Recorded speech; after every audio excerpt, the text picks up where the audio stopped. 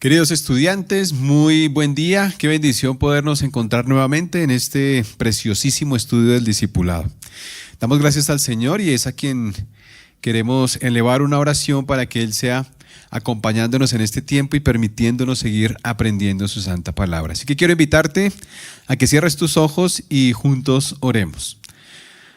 Amado Señor, Padre, Creador nuestro, Tú eres el Creador, tú con tu palabra formaste todo cuanto existe. Tú, Señor, eres soberano, nada puede oponerse, nadie puede aconsejarte porque tú eres perfectamente sabio.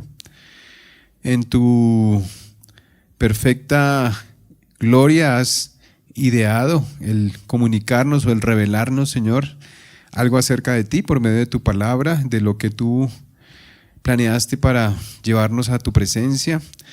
Y hoy queremos acercarnos a ella, Señor, con temor, con temblor, Señor, y pidiéndote, eterno Rey, que seas limpiando y perdonando todo lo que impida, Señor, que tú te manifiestes, precioso Señor, en este día. Oramos confiando en que tu fidelidad, Señor, nos acompañará y que serás tú quien nos muestre por medio de tu Santo Espíritu este tiempo de enseñanza. Confiamos en ti, confiamos en que así será. Y esta oración la hemos hecho juntos, Señor, como familia, en el precioso, único y perfecto nombre de tu amado Hijo Jesucristo. Amén y amén. ¿Qué veíamos entonces en nuestro último encuentro? Hablábamos acerca del servicio, qué es ser un siervo de Dios, la forma en que Jesucristo se presenta como aquel quien vino a servir, no a ser servido. Esto nos muestra una actitud de humildad y de interés, de amor hacia nosotros los seres humanos frente a lo que Él hizo y el camino que Él abrió hacia nuestra redención. También veíamos, de alguna forma contestábamos la pregunta, ¿cómo sé si realmente soy un siervo de Dios? Y entramos en el tema de la tentación. Ahí nos faltó un pedacito que es lo que vamos a comenzar a estudiar en este día.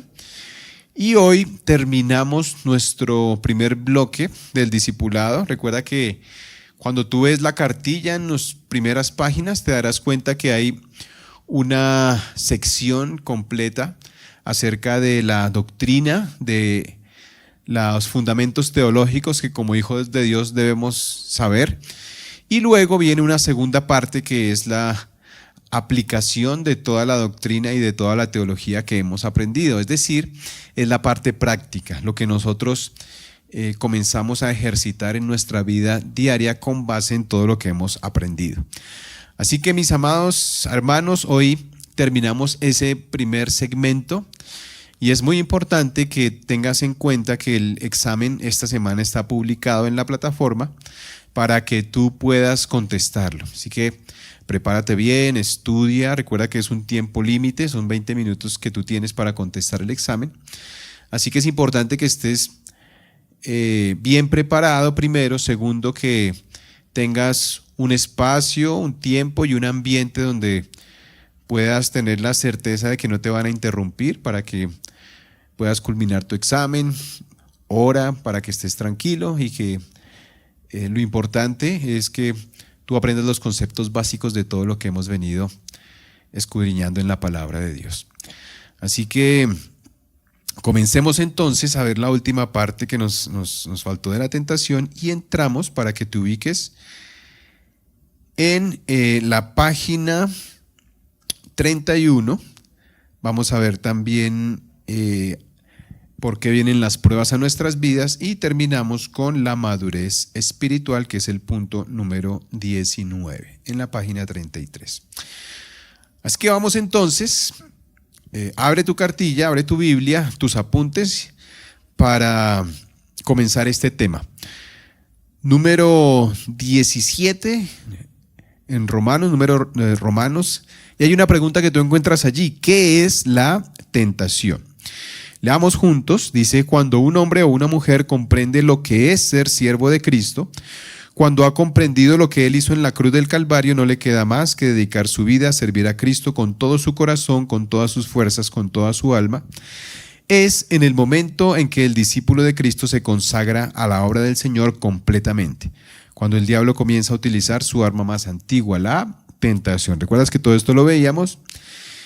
Y entendimos 3 puntos que es importante que nosotros nos cuidemos como hijos de Dios para no caer y pecar y separarnos o de alguna manera frustrar o fracturar nuestra relación con Dios. Así que vamos a la página 32 y hay una pregunta que tú encuentras allí. Según las siguientes escrituras, ¿cómo es posible vencer la tentación? Y vamos a leer Mateo 26, versículos 40 al 41. Vino luego a sus discípulos y los halló durmiendo. Y dijo a Pedro: ¿así que no has podido velar conmigo una hora? Velad y orad, y esta es la clave, velad y orad para que no entréis en tentación. El espíritu a la verdad está dispuesto, pero la carne es débil. Y vamos a la frase de nuestra cartilla, dice: nosotros venceremos la tentación cuando estemos, ahí que colocarías tú, velando, muy bien, o sea, orando en todo tiempo, orando en todo tiempo. Es de alguna forma nuestra arma. La oración es un tiempo en que tú hablas con Dios. Podríamos decir que es el significado de la palabra oración. Hablar, tener una conversación con nuestro Creador. Y recuerda que en una conversación no solamente habla una persona, en una conversación hablan las dos partes. Así que cuando tú te presentes delante de Dios, cuando ores, es importante que entiendas que no solamente es de tener en cuenta lo que tú hablas, sino también lo que Dios nos habla por medio de su palabra. Así que cuando la conocemos, cuando la entendemos, cuando en oración nos postramos delante del Señor, esto de alguna forma nos permite ser o estar mucho más firmes cuando llegue la tentación. Mateo 4:11 dice: entonces Jesús fue llevado por el Espíritu al desierto. Recuerda que este es cuando Él comienza su ministerio, después de que es bautizado, y lo primero que pasa es que es llevado para ser tentado por Satanás. Sigamos leyendo, dice: para ser tentado por el diablo. Y después de haber ayunado 40 días y 40 noches, tuvo hambre. Y vino a él el tentador y dijo: si eres hijo de Dios, di que estas piedras se conviertan en pan. Él respondió y dijo: escrito está, no solo de pan vivirá el hombre, sino de toda palabra que sale de la boca de Dios. Entonces el diablo le llevó a la santa ciudad y le puso sobre el pináculo del templo y le dijo: si eres hijo de Dios, échate abajo, porque escrito está: a sus ángeles mandará acerca de ti, en sus manos te sostendrán, para que no tropieces con tu pie en piedra. Jesús le dijo: escrito está también, no tentarás al Señor tu Dios. Otra vez le llevó el diablo a un monte muy alto y le mostró todos los reinos del mundo y la gloria de ellos, y le dijo: todo esto te daré si postrado me adorares. Entonces Jesús le dijo: vete, Satanás, porque escrito está: al Señor tu Dios adorarás y a Él solo servirás. El diablo entonces le dejó, y he aquí vinieron ángeles y le servían.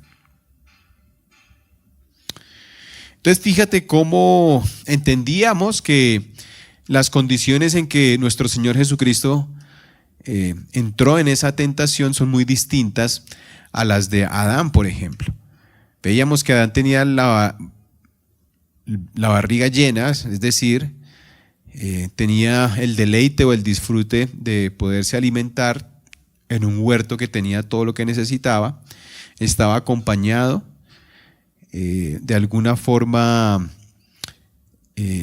estaba guiado, estaba siendo de alguna manera menos vulnerable que comparándolo con lo que Jesús estaba, ¿no? Jesús estaba en un desierto, había ayunado durante varios días, tenía hambre, y esto nos muestra que Jesucristo en su humanidad pudo superar esta tentación. Pero el punto aquí es que cuando Jesucristo entra, digámoslo de alguna forma, a ser tentado por Satanás, limita sus atributos divinos para enfrentarse a esta lucha espiritual en su humanidad.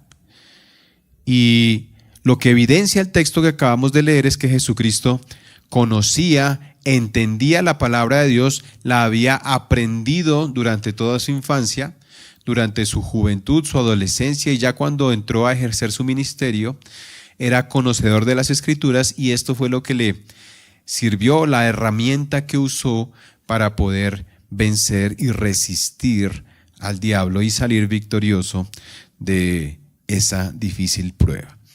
Y es el mismo ejemplo que tenemos hoy también nosotros, ¿no? Cuando tú conoces la Biblia, cuando la lees, cuando sabes los conceptos a nivel general de lo que allí encontramos, pues eso te va a servir de argumento para vencer a la tentación. Y es por eso que la frase en nuestra cartilla dice: nosotros venceremos la tentación cuando memoricemos. Ahí tú qué colocarías en ese espacio, con base en lo que leímos: cuando memoricemos la Escritura, muy bien, y la usemos ante el tentador. Es nuestra arma. Entre menos Biblia sepas, pues más vulnerable vas a ser a la tentación y muy probablemente vas a caer. Pero cuando tú la conoces, tú puedes salir victorioso de muchas circunstancias. Por ejemplo, cuando tú estás con los amigos de la universidad o que estás con los amigos de la empresa y te invitan a beber alcohol y a gastar el dinero que es de tu familia en trago, en bebida. Si tú eres conocedor de las Escrituras, te darás cuenta que allí la palabra de Dios dice: no os embriaguéis con vino en lo cual hay disolución, antes bien sean llenos del Espíritu Santo. ¿Qué es lo que está diciendo la palabra de Dios? Que no es recomendable que tú te embriagues y que te emborraches y que el tiempo que deberías estar con tu familia lo inviertas con esas personas que no te van a aportar absolutamente nada. Entonces fíjate cómo la palabra de Dios nos va cambiando, nos va transformando, nos permite ver las cosas de una perspectiva diferente, y esto nos va a servir como argumento para vencer al tentador. C. Efesios 4:27. Este versículo es muy corto, dice: ni deis lugar al diablo. ¿Por qué el diablo está interesado en hacernos pecar? Porque él sabe que cuando lo hacemos, nuestra comunión con Dios se pierde. Cuando caemos en pecado, hay una ruptura de esa comunión o esa relación que tenemos con nuestro Señor. Ahora, ¿cómo actúa Dios frente al pecado? Pues sabemos que Él, en su justicia, Él castiga, Él disciplina, Él reprende, y en definitiva eso es lo que Satanás quiere, que perdamos nuestra comunión con Dios. Así que por eso nos tienta, ¿no? Entonces no podemos darle lugar al diablo. Dice: nosotros venceremos la tentación cuando, fíjate en el versículo que acabamos de leer, cuando no, ahí qué frase cabría: cuando no demos lugar al diablo. O sea, cuando no vaya a sitios inadecuados o ande con personas que me llevarán a la tentación. Por ejemplo, si tú eras de alguna forma débil en el área sexual, pues es importante que evites estar en circunstancias que puedan hacerte caer. Si tú vives solo, si tú eres, tal vez tienes un apartamento, vives solo, pues obviamente no invitar mujeres allá, ni visitar sitios que pueden, como bares y cosas de esas, pues obviamente que eso es pecado y eso te va a llevar a tal vez caer en pecado nuevamente. Entonces no hay que darle lugar al diablo, es decir, como decimos nosotros popularmente, no dar papaya. Y hay otro versículo ahí en nuestra cartilla que es Proverbios 4, 14 al 15. Dice: no entres por la vereda de los impíos, ni vayas por el camino de los malos. Déjala, no pases por ella, apártate de ella, pasa, porque no duermen ellos si no han hecho mal. ¿Cuál es el deseo continuo del corazón del hombre? Pecar. Recuerda que lo veíamos que hace parte de nuestra naturaleza. Es como la fuerza de gravedad. Cuando tú sueltas algo, automáticamente cae al piso. Así somos nosotros espiritualmente. Si Dios no nos sostuviera, si en su gracia no nos permitiera mantenernos en pie, pues caeríamos en pecado, porque está en nuestra naturaleza. Así que esto es lo que los hombres del mundo continuamente hacen y continuamente piensan, en pecar. Por eso dice: porque no duermen ellos si no han hecho mal. Es algo continuo. Así que si tú andas con este tipo de personas, ¿qué va a pasar? Pues te vas a convertir en uno de ellos. Dime con quién andas y te diré quién eres. Eso no está en la Biblia, pero es lo que el proverbio está diciendo, ¿no? Que las personas constantemente maquinan en hacer el mal y que no debemos hacernos amigos o celebrar lo que ellos hacen, porque esto obviamente nos va a probablemente hacer caer. Y otro texto está en Santiago 4:7. Dice: someteos pues a Dios, resistid al diablo y huirá de vosotros. Es que es una lucha constante, ¿no? Nosotros venceremos la tentación, leamos nuestra cartilla, cuando sometamos nuestras vidas a, fíjate que dice el versículo que leímos, Santiago 4:7, cuando sometamos nuestras vidas a Dios, muy bien, y resistamos la tentación del diablo. Y resistamos la tentación del diablo.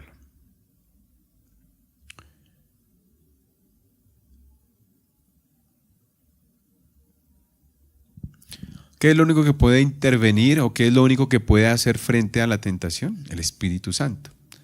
Recuerda que siempre caeremos, pero el Espíritu Santo es el que nos da el poder de resistir. Jesucristo dijo: y vendrá otro consolador, refiriéndose al Espíritu Santo, y va a venir a acompañarnos y a darnos el poder para vencer el pecado.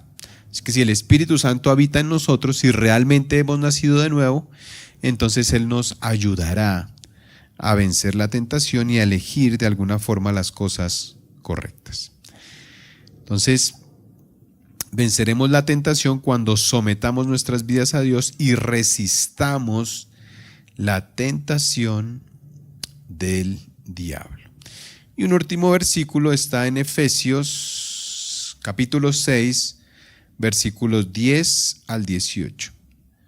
Dice: por lo demás, hermanos míos, fortaleceos en el Señor y en el poder de su fuerza. Vestíos de toda la armadura de Dios para que podáis estar firmes contra las acechanzas del diablo. Porque no tenemos lucha contra sangre y carne, sino contra principados, contra potestades, contra los gobernadores de las tinieblas de este siglo, contra huestes espirituales de maldad en las regiones celestes. Por tanto, tomad toda la armadura de Dios para que podáis resistir en el día malo y, habiendo acabado todo, estar firmes. Estad pues firmes, ceñidos vuestros lomos con la verdad y vestidos con la coraza de justicia y calzados los pies con el apresto del evangelio de la paz. Sobre todo, tomad el escudo de la fe, con que podáis apagar todos los dardos de fuego del enemigo, y tomad el yelmo de la salvación y la espada del Espíritu, que es la palabra de Dios, orando en todo tiempo y con toda oración y súplica en el Espíritu, y velando con ello con toda perseverancia y súplica por todos los santos. Así que esto es una forma en que el apóstol Pablo compara nuestra vida espiritual con una guerra y con la forma en que un soldado está siempre preparado para esas batallas y para que pueda permanecer en pie cuando venga el enemigo a destruirlo. Fíjate que todas las armas de las que habla aquí, esta armadura, todas son defensivas. La palabra de Dios es la única que de alguna manera puede servir para tener una ofensiva o tener una manera de atacar al contrincante. Pero de resto son todas defensivas. ¿Y cuál es el propósito o cuál es el objetivo? Estar firmes. Es lo que lo repite el apóstol Pablo varias veces. Esta era una forma en que los soldados romanos vestían constantemente, porque obviamente pues todo el tiempo estaban expuestos a ser atacados. Así que era un uniforme recurrente, a diario tenían que colocárselo para poder siempre estar alertas y poderse proteger frente a lo que les pudiera pasar. Y es lo mismo que pasa con nuestra vida espiritual. Nosotros debemos estar todos los días, constantemente debemos portar esta armadura, porque nos va a permitir de alguna forma ser resistentes a todos estos envites del enemigo. Entonces vamos a completar nuestra frase. Dice: nosotros venceremos la tentación cuando nos vistamos todos los días ¿ahí qué sería? La armadura de Dios. Esta vestidura espiritual que solo puede ser recibida en oración constante. Por eso es que ahí al final de lo que leímos dice: orando en todo tiempo, con toda oración y súplica en el Espíritu, y velando en ello con toda perseverancia y súplica por todos los santos. Así que no solamente es orar por nosotros, ¿no? También hay que orar por otros hermanos, por otras personas que también van a estar expuestas a todos estos ataques de Satanás. ¿Cuál es el objetivo? Permanecer firmes. Resistid al diablo y huirá de vosotros. Dios se encargará del resto. Y por último, Hebreos 2:18, vamos a leerlo, dice: pues en cuanto él mismo padeció siendo tentado, es poderoso para socorrer a los que son tentados. Una frase que está en nuestra cartilla dice: nosotros venceremos la tentación cuando confiemos plenamente en Cristo, y que Él nos guardará de toda tentación, porque Él fue tentado en todo y venció. Primera de Corintios 10, 12 al 13. Pero antes de leerlo vamos a ver la última frase o el último párrafo en nuestra cartilla. Dice: la tentación no es pecado. Lo que es pecado es ceder a la tentación. Pero si tú, hermano, has cedido a la tentación, arrepiéntete de tus pecados, pide perdón a Dios y la sangre de Cristo te limpia de este pecado. Apártate de este pecado y sigue adelante. No olvides, Cristo pagó por todos nuestros pecados muriendo en la cruz por nosotros. ¿La tentación proviene de Dios? No. La palabra de Dios dice que Dios no tienta a nadie. Él permite este tipo de pruebas para que hagamos un examen o hagamos un paneo de nuestras vidas y podamos determinar qué tan fieles y qué tan firmes estamos en Él. ¿Vamos a tener tentación? Por supuesto que sí, constantemente. Porque recuerda que ya no pertenecemos al reino de Satanás, nuestro padre ya no es el diablo, sino que ahora hemos cambiado a una nueva posición. Ahora estamos en Cristo, Dios nos ha adoptado en su familia, ahora nuestro Padre es el Creador y por lo tanto, estando en este mundo tendremos que estar expuestos. La buena noticia es que Él nos ofrece o nos da las herramientas para que podamos salir adelante sin cometer pecado. Nos faltó un versículo, está en 1 Corintios 10, 12 al 13 y quiero que lo leamos juntos. Dice: así que el que piensa estar firme, mire que no caiga. No os ha sobrevenido ninguna tentación que no sea humana, pero fiel es Dios, que no os dejará ser tentados más de lo que podéis resistir, sino que dará también juntamente con la tentación la salida para que podáis soportar. Así que este tema es muy importante y digamos que la tentación puede convertirse de alguna forma en una prueba para nosotros. Y por eso el tema que sigue, 18 en números romanos, hay una pregunta allí que vamos a responder: ¿por qué vienen las pruebas a nuestra vida? Creeríamos que cuando nos convertimos al Evangelio ya nuestros problemas quedan atrás, ¿no? Y que se solucionan y que ya comienza una vida plena, pues porque el Señor fight for us, o sea, pelea por nosotros. Pero no es así.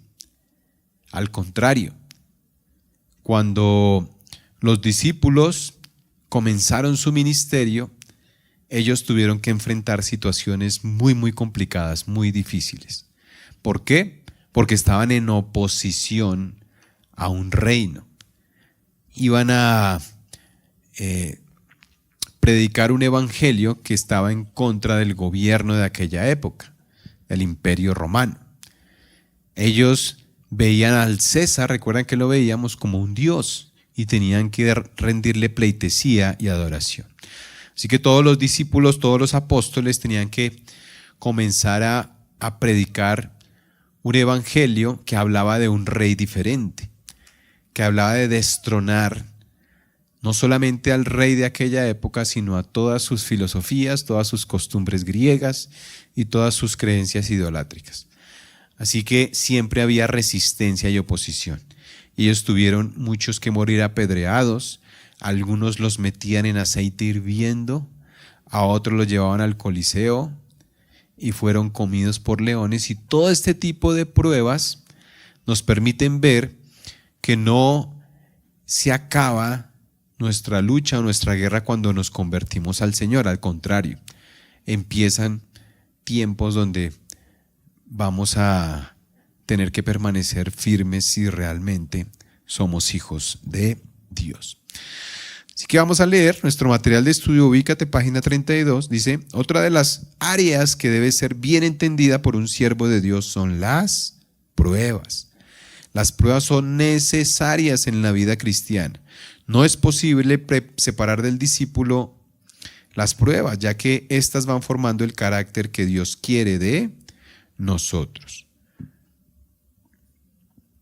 Las pruebas son básicas para la formación y el desarrollo de un discípulo. Un discípulo que no es probado sencillamente no es discípulo. El sufrir por Cristo es un hecho de la vida para todo aquel que toma su discipulado en serio. Mira lo que dice Hebreos 11, 35 al 38.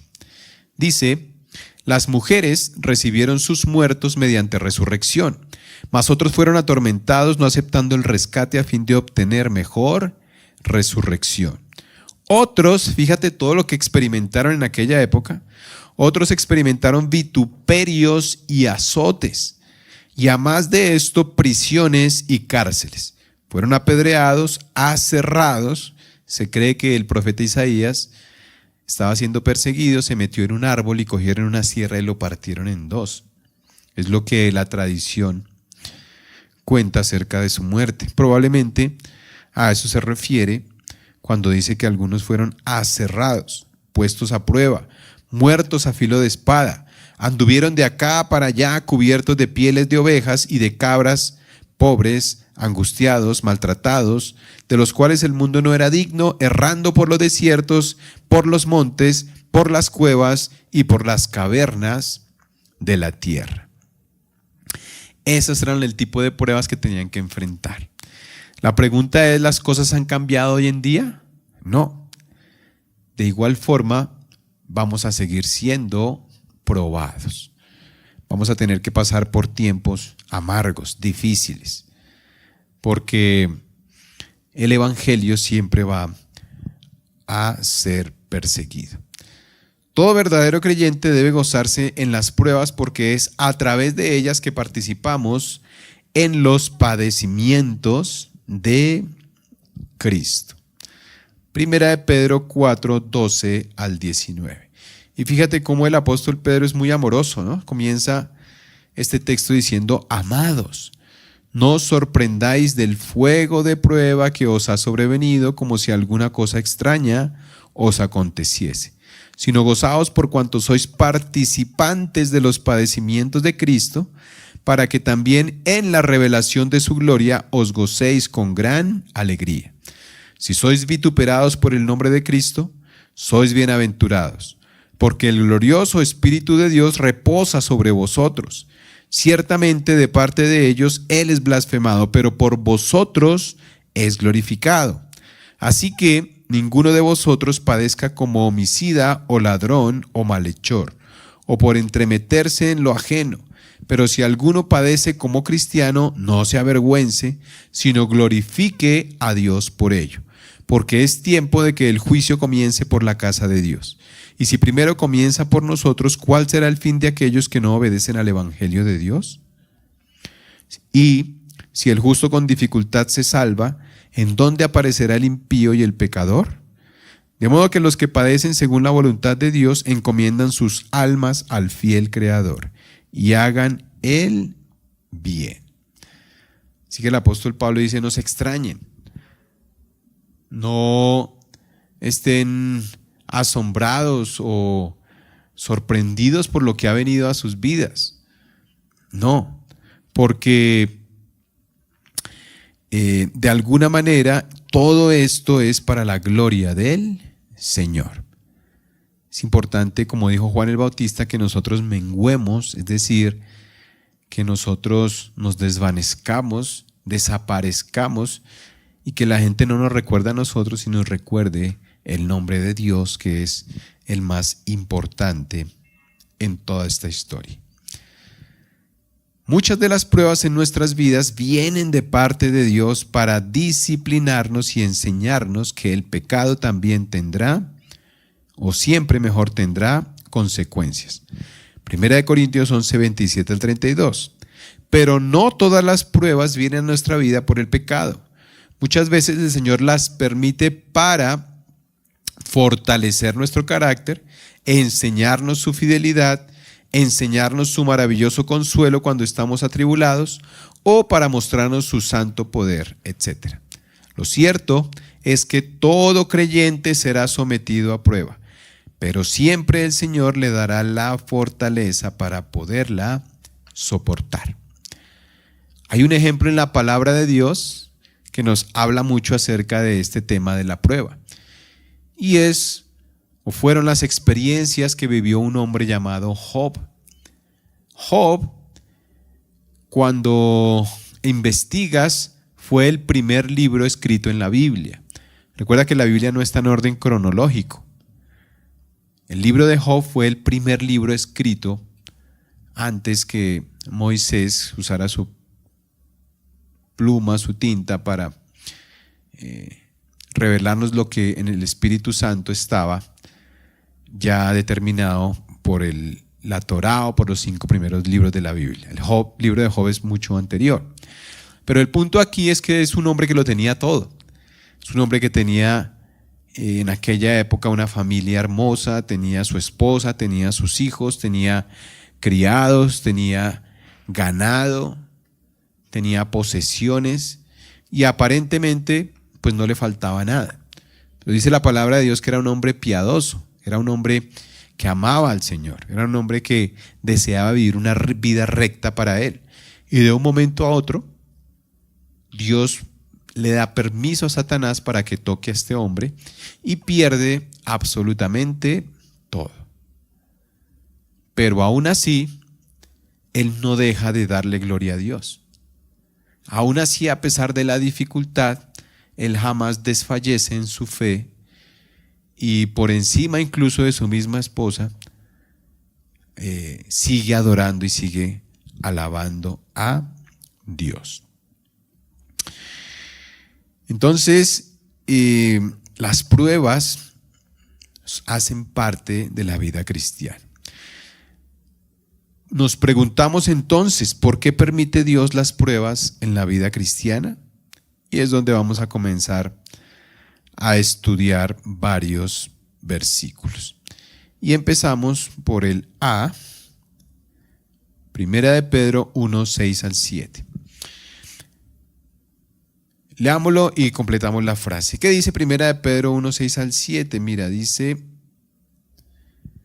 en lo cual vosotros os alegráis, aunque ahora por un poco de tiempo, si es necesario, tengáis que ser afligidos en diversas pruebas, para que sometida a prueba vuestra fe, mucho más preciosa que el oro, el cual aunque perecedero se prueba con fuego, sea hallada en alabanza, gloria y honra cuando sea manifestado Jesucristo.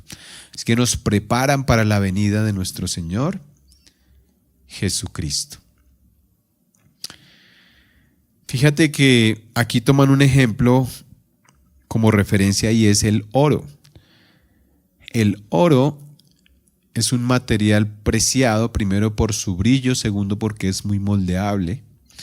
Pero para que tú puedas sacar alguna figura o alguna joya del oro, pues tienes que meterlo primero a un crisol. Un crisol es como un horno donde permite que estas altas temperaturas, si tú metes el oro allí, se comience primero a purificar, porque tú puedes sacar las impurezas únicamente si lo calientas a altas temperaturas, y segundo, a moldear. Es maleable. Tú puedes usar algún, ¿cómo se llama esto? Algún molde, y ahí puedes sacar un anillo o una pieza de mucho valor. Pero el punto aquí es que primero tiene que ser puesto a altas temperaturas. Y lo mismo pasa con nosotros como hijos de Dios. Si queremos que el mundo y que Dios vean una joya en nosotros, primero tenemos que ser purificados mediante el fuego, mediante las pruebas, mediante las circunstancias de nuestra vida, para que en el desarrollo, en la búsqueda de esa solución de alguna forma que necesitamos para esa prueba, en ese ejercicio nosotros podamos aprender, también seamos consolados por Dios y también seamos obviamente edificados por Él. Entonces vamos a leer nuestra frase. Dice: Dios permite las pruebas en nuestras vidas para, y ahí que tú colocarías, para, mira, lee el texto, para probar nuestra fe. Muy bien, para probar nuestra fe. Recuerda que lo puedes ver en pantalla.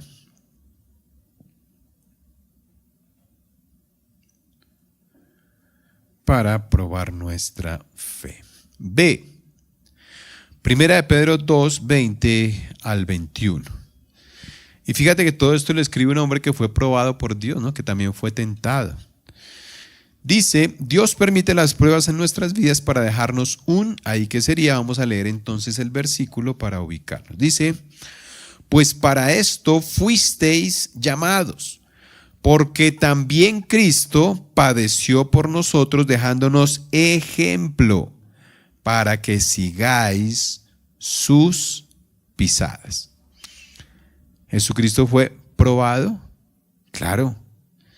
Él tuvo que cargar una cruz para después ser crucificado.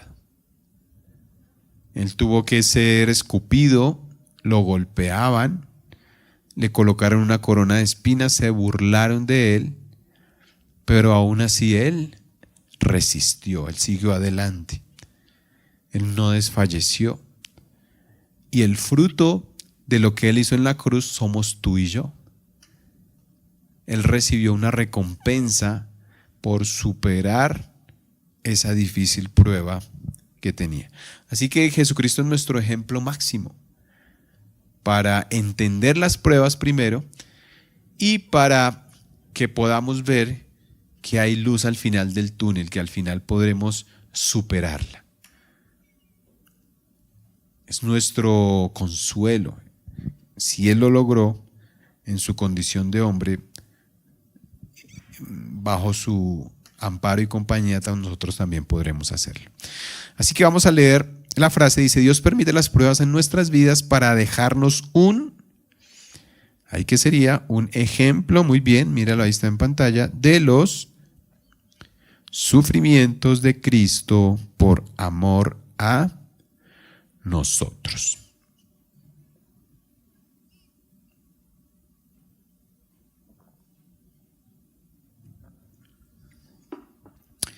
Y seguimos. C. Colosenses 1:24. Colosenses 1:24. Bueno, esta parte no es fácil, ¿no? Porque dice: ahora me gozo en lo que padezco por vosotros y cumplo en mi carne lo que falta de las aflicciones de Cristo por su cuerpo, que es la iglesia.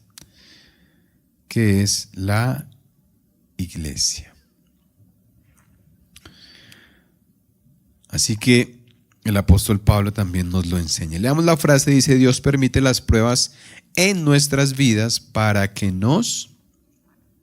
¿ahí qué sería? ¿Qué palabrita sería? Para que nos gocemos de tener el honor de sufrir por amor a Cristo. Filipenses 1:29. Filipenses 1:29, ¿qué dice? Búscalo en tu Biblia. Y dice: porque a ustedes se les ha concedido por amor de Cristo, no solo creer en Él, sino también sufrir por Él, teniendo el mismo conflicto que vieron en mí y que ahora oyen que está en mí. Recuerda que nosotros nos identificamos con Cristo. Recuerda que el objeto del amor de Dios, para que te lo saques de tu cabecita, no somos nosotros. Dios se desbordó en amor hacia su Hijo. Es un amor eterno. Es un amor puro, perfecto, irrompible. Es un amor donde el Padre encuentra deleite constante en su Hijo, complacencia. ¿Y cómo somos amados por Dios en nuestra condición de pecado? Pues únicamente si estamos en Él. Somos su cuerpo y por lo tanto somos objeto del amor de Dios, pero únicamente estando en Cristo. Recuerda que hay tipos de amor en la Biblia, que lo veíamos. Uno es un amor de complacencia, pero otro es un amor de benevolencia. Y hay otro amor que es un amor de beneficencia. Es decir, Dios es bueno con todos, claro. Dios otorga beneficios a toda la humanidad, por supuesto. Pero el amor de complacencia únicamente lo puedes tú experimentar si estás en Cristo, porque Cristo es el objeto del amor de Dios. Todo lo hizo por Él, para Él, con Él. Todo lo hizo para gloria eterna de su Hijo. Lo que dice el libro de Colosenses, capítulo 1. Entonces, cuando nosotros nos identificamos con Cristo, pues debemos también estar o entender mejor que vamos a sufrir de la misma forma en que Él sufrió.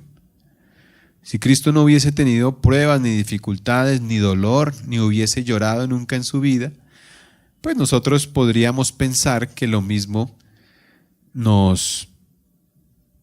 podemos experimentar al identificarnos con Él.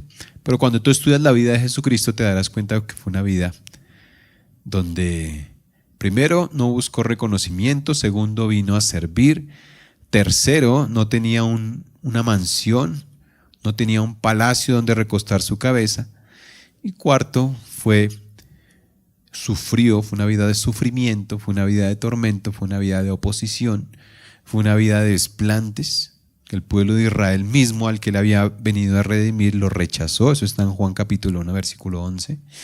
Así que fíjate que nosotros, si decimos amar a Dios y si decimos estar en Cristo, debemos identificarnos con Él en todo. En todo, eso es claro. Sigamos de 2 de Corintios 1, 4 al 5. Dice: el cual nos consuela en todas nuestras tribulaciones o en todos nuestros problemas, para que podamos también nosotros consolar a los que están en cualquier tribulación por medio de la consolación con que nosotros somos consolados por Dios. Esto parece un trabalenguas, ¿no?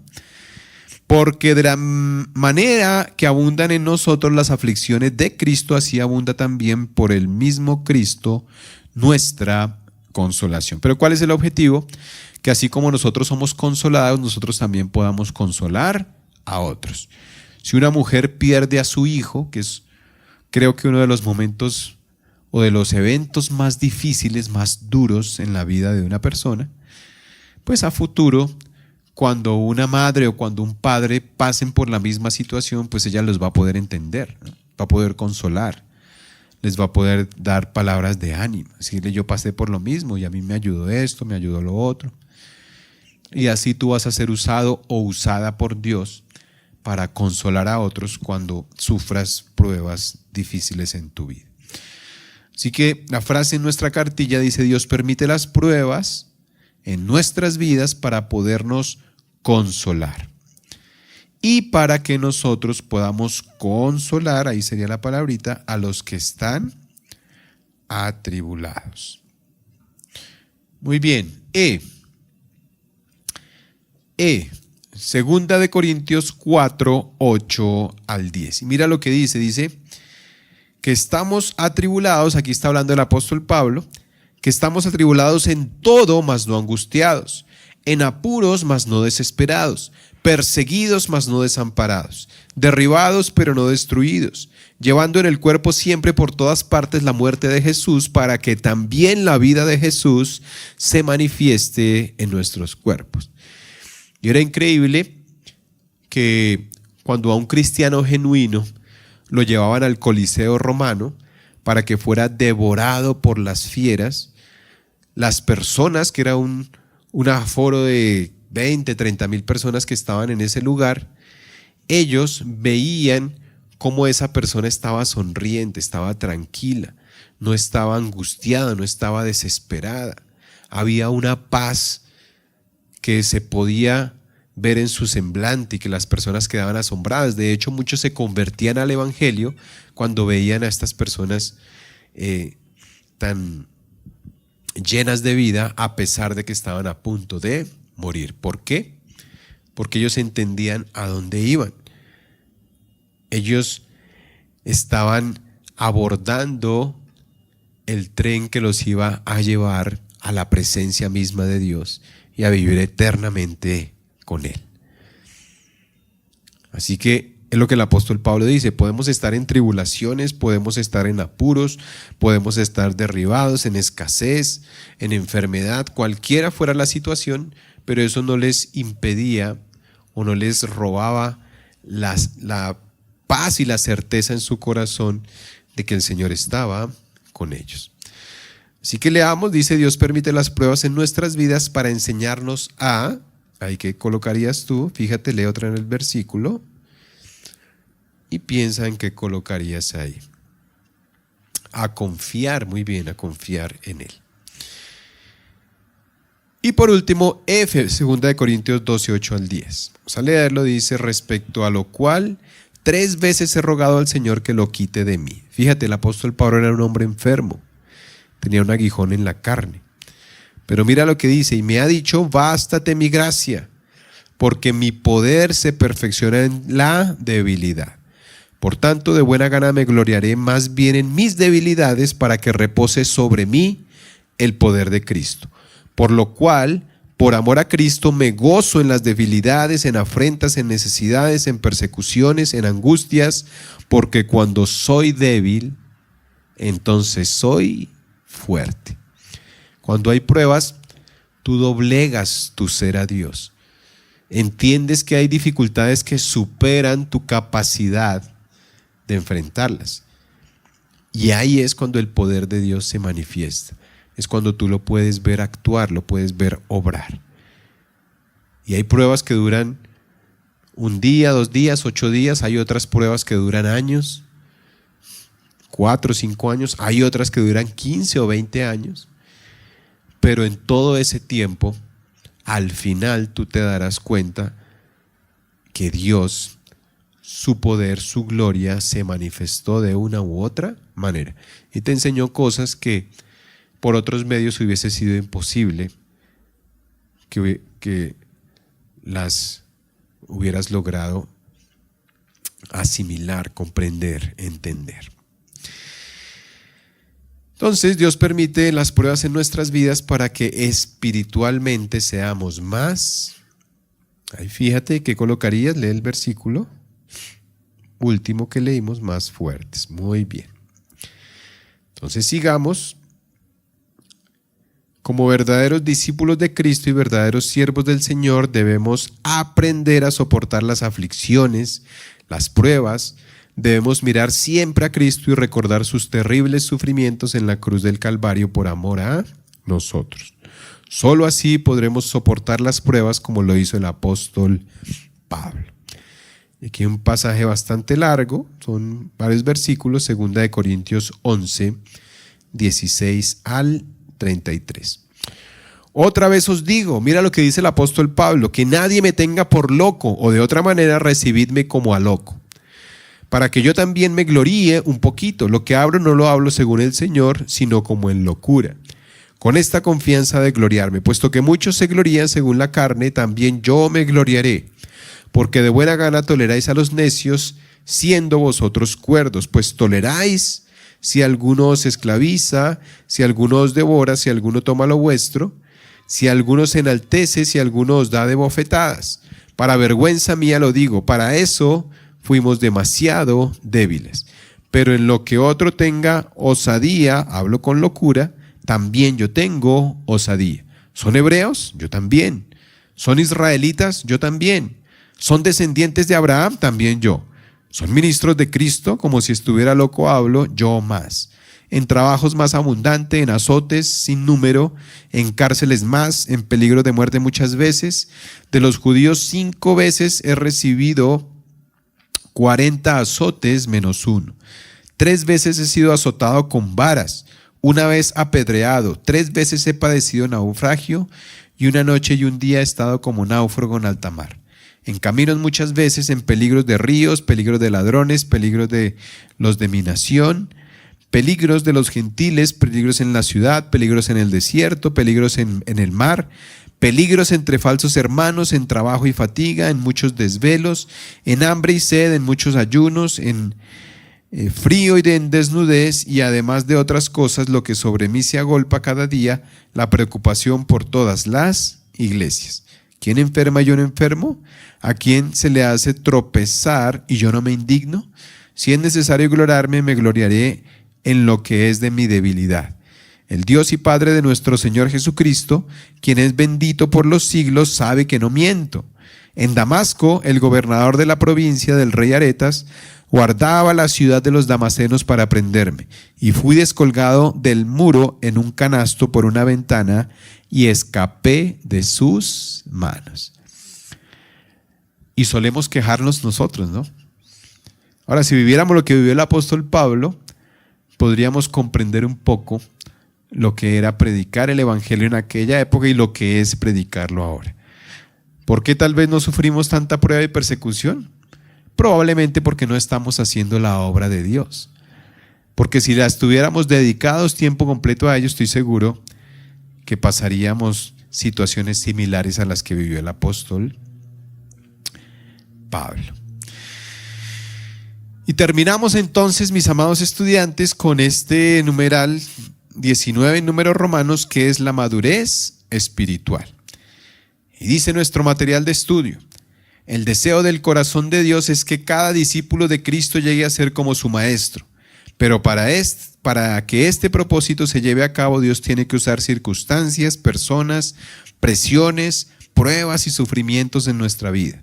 Lo que Dios desea hacer con todo esto es despertarnos por medio del Espíritu Santo. El Espíritu Santo comienza a tocar nuestros corazones, comienza a mostrarnos una profunda necesidad de cambiar para que lleguemos a ser más como Dios. Un ejemplo claro y perfecto de esto lo tenemos en Isaías 6, 1 al 8. Este pasaje es muy bonito, dice: en el año que murió el rey Usías, vi yo al Señor sentado sobre un trono alto y sublime, y sus faldas llenaban el templo. Por encima de él había serafines, cada uno tenía 6 alas, con 2 cubrían sus rostros, con 2 cubrían sus pies y con 2 volaban. Y el uno a otro daba voces diciendo: Santo, Santo, Santo, Jehová de los ejércitos. Toda la tierra está llena de su gloria. Y los quiciales de las puertas se estremecieron con la voz del que clamaba, y la casa se llenó de humo. Entonces dije: ay de mí, que soy muerto, porque siendo hombre inmundo de labios y habitando en medio de pueblo que tiene labios inmundos, han visto mis ojos al Rey, Jehová de los ejércitos. Y voló hacia mí uno de los serafines, teniendo en su mano un carbón encendido, tomado del altar con unas tenazas, y tocando con él sobre mi boca, dijo: he aquí que esto tocó tus labios, y es quitada tu culpa, y limpio tu pecado. Después oí la voz del Señor que decía: ¿a quién enviaré y quién irá por nosotros? Entonces respondí yo: heme aquí, envíame a mí. Esto es lo que el profeta Isaías vivió en un momento en que vio el trono y la gloria de Dios. Y dice nuestro material de estudio, es cuando Isaías contempla la santidad perfecta de Dios, que él reconoce su propia suciedad y queda como muerto. Es en ese momento en que el fuego de Dios quemó toda escoria de su vida. Ese fuego que limpia y elimina toda impiedad de nuestras vidas. Ese fuego purificador que nos deja como Dios quiere que seamos. Ese fuego que nos prepara para servirle a un Dios vivo, santo y perfecto. Necesitamos ser bautizados con fuego por el Espíritu Santo. Mateo 3, 11 al 12. Necesitamos tener un encuentro con la santidad y el poder de Dios. Este bautismo con fuego debería ocurrir cuando somos bautizados en el Espíritu Santo. Sin embargo, muchos creyentes no permiten que Dios haga esta obra de purgar o purificar su vida. Muchos creyentes continúan su vida cristiana aún hasta la muerte sin ser quemados por el fuego purificador del Espíritu Santo. Necesitamos entregar nuestra vida desde el comienzo a Dios. Si no ha sido así, necesitamos encontrarnos con Él otra vez y dejarle guiar nuestras vidas por medio del Espíritu Santo. Dejar que Él limpie nuestras vidas y que nuestro corazón se prenda con el fuego del Espíritu Santo. Fueron estas llamas las que aparecieron el día de Pentecostés. Fueron vidas totalmente ungidas y purificadas por el Espíritu Santo, las que cambiaron el mundo en aquel entonces. Hechos 2, 1 al 4. Y terminamos con esto, mis amados estudiantes. Si el fuego del Espíritu Santo está en nuestros corazones, entonces cuando conozcamos a otras personas, algo de ese fuego de Dios tocará la vida de otros, así como vivió Jesús durante el periodo de su ministerio. La gente podía ver la marca de Dios en él cuando le tocaban. La gente sabía que habían tocado al mismo Dios. Hay una pregunta, dice: ¿y tú permitirás al Espíritu Santo que queme toda escoria de tu vida? Lo que pregunta nuestro material de estudio, nuestra cartilla. Como hemos estado estudiando, es el deseo del corazón de Dios que cada discípulo suyo llegue a la madurez espiritual, llegue a ser un verdadero servidor de Dios. La madurez y el servicio van de la mano. Jesús dijo: mi comida es que haga la voluntad del que me envió y que acabe su obra. Dios nos ha llamado para que seamos sus siervos. Jesús mismo es un ejemplo de ello. Todo lo que él hacía era servir amorosa y completamente a su Padre, al grado de dar su propia vida en obediencia absoluta al servicio a Dios. Bueno, leí esto de corrido para que tú puedas de alguna forma asimilar y entender la importancia que tiene el que, fruto de toda esta enseñanza, lleguemos a la madurez espiritual. La pregunta es cómo hacerlo practicando lo que hemos aprendido. Y lo que vamos a ver en nuestro segundo bloque. En todo este tiempo hemos visto que es el discipulado, es seguir, es negarnos a nosotros mismos, tiene un costo. Hablamos del pecado, hablamos del arrepentimiento, la sangre de Jesús, la conciencia limpia, el Espíritu Santo, los fundamentos de la fe. Todo esto que tú lo ves ahí en tu cartilla es lo que hemos visto.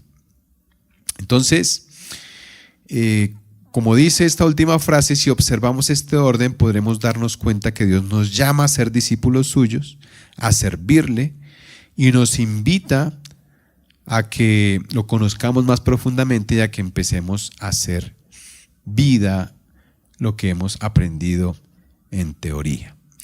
Mis amados estudiantes, recuerden que esta semana es una sola hora de estudio. Me alargué 2 minuticos para que podamos finalizar este primer segmento. Y viene nuestra segunda parte, que es muy bonita, muy interesante, ya es acerca de la práctica de nuestra vida cristiana. Así que espero que haya sido de bendición este primer bloque. Los amo con todo mi corazón y mi deseo es que esto siembre en ustedes una semilla de pasión por Cristo y por seguirle conociendo. Vamos a orar y terminamos entonces. Padre Celestial, te amamos y te damos gracias por todo lo que nos has permitido aprender, Señor. Mi oración es que cada palabra que salió de mi boca no sea instrucción mía, sino que sea guiada y fructificada por el poder de tu Santo Espíritu, que sea regada por el agua que nunca deja de fluir, porque por medio de ellas quedarán frutos, Señor. Oro por mis amados estudiantes, mis amados hermanos, que los bendigas y que les permitas seguir creciendo en tu palabra, Señor. Te amamos, descansamos en ti y oramos por este examen que viene, que de igual forma tú los bendigas y puedas permitir que repasen y que hagan frescos todos estos conocimientos que tú nos has dado, Señor. Te amo, Señor, quedamos en tus preciosas manos y esta oración la hemos hecho en el nombre de tu amado Hijo Jesús. Amén y amén. Dios los bendiga y si Dios lo permite nos veremos en la próxima hora de estudio.